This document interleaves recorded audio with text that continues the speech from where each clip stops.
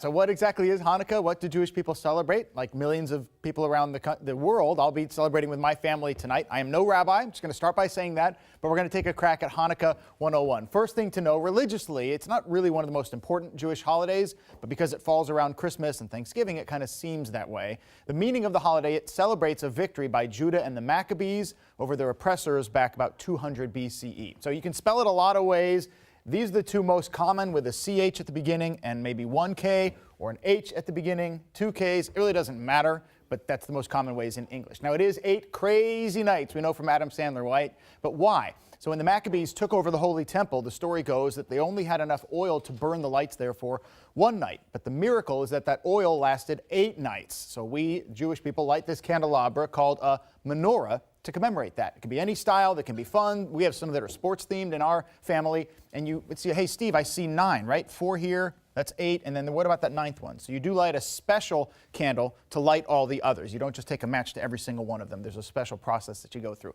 What about what do you eat on Hanukkah? Well, oil-based foods. Talked about the oil in the old temple. So donuts and latkes, that's the most popular one. They're basically potato pancakes, and I don't know why, but we always eat them with applesauce. I can just tell you, it's delicious. We also do presents. This is me, I think 1982, with an amazing set of hair.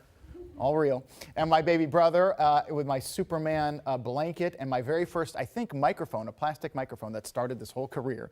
And then here's a shot of us spoiling our daughter. We only have one child, but here's all the gifts we have lined up for her. So that's also part of the Hanukkah experience. And of course, you've probably heard of dreidels. Those are tops with a Hebrew letter on each of 4 sides. So you spin the top, and then whatever letter it lands on, either you win the game or whoever spins it for the longest wins. And in terms of the letters, they stand for words that translate in English to a great miracle happened there. The miracle being, again, the 8 nights of light. So I decided to bring some dreidels for us here. Ben, Cam, here we go. The plastic ones are easier usually than the wooden ones. Yeah, but the wooden ones can get a little more cool designing. You can see Ben's got a baseball-themed dreidel. There's a soccer. I've got a football one here as well. Right, here's your soccer for the Sounders. So generally, it's not as easy as you might think. Right, you spin it, and the idea is whatever letter it lands on is kind of a competition. Here you go. There's plenty more. All right.